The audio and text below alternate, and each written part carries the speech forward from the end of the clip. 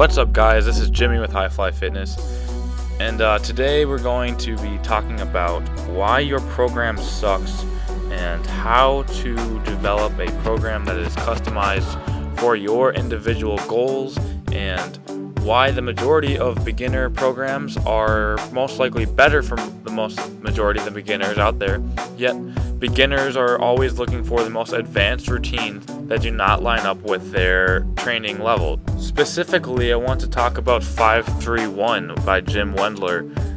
And Jim Wendler is a very advanced powerlifter. He holds many records, or he did hold many records in the squat, bench, deadlift. However, the majority of the people that want to go on his program have been lifting for less than a year and have very little experience under the bar and simply need to be on a more beginner program. An example of this is, for example, Starting Strength by Mark Ripto.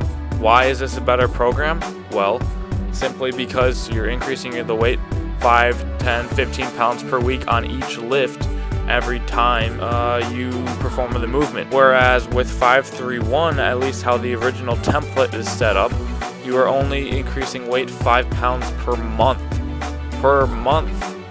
When you could be increasing 15 pounds per week. That's 60 pounds. That's 60 pounds per month.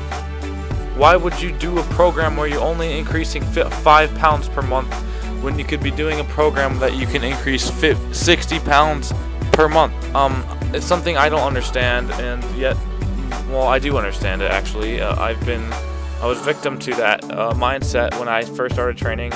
I found out about 531. It was written by a very advanced powerlifter, and I wanted to be advanced, so I figured might as well do the most advanced program for me, right? Well, I was wrong. It's not a good idea, and honestly, you need to be doing something that suits your individual needs. So one of the good things about 531 is that you're able to customize it for yourself and for your goals. However, the biggest problem with it is the progression is too slow. Maybe for a bodybuilder it'd be all right, but again, you're not going to be progressing as well. So yeah, the volume might be high, but in my opinion, progression and progressive overload is the most important factor towards anyone's goals, whether you're a powerlifter or a bodybuilder or CrossFitter or a weightlifter, Olympic weightlifter. You need to be progressing every time as fast as possible for your training level and how long you've been training. So for me personally, I'm on an auto-regulated program, and what I love about auto-regulation is it allows me to progress as fast as I can with the given constraints that I already have in my life. For instance, I'm a caddy, and I caddy 5 times a week sometimes, and then I go to the gym right after I do 4 hours of walking with 20, 30-pound bags on each one of my shoulders. So auto-regulation allows me to progress with the fatigue percentages versus with the weights. So I'm progressing based on fatigue and relative strength versus absolute strength, which would be, increasing 5 pounds per week no matter what the circumstances. Now, if you are a true novice, I don't think you should really do auto-regulation. You should simply increase 5 to 10 pounds per week on each lift and do that as long as possible.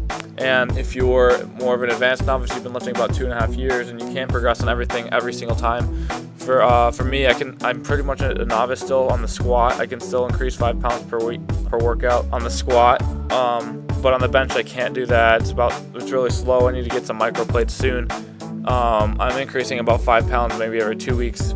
So this is a little rant here, and I know I just talked over my workout, and you guys can see how I did there, but the biggest problem that I have, again, is people are doing programs that are way too advanced for them because they are written by more advanced powerlifters for advanced powerlifters, but they sell them to anyone who wants to read it. So yeah, it's maybe good information, but it's not the greatest thing to buy for a beginner athlete.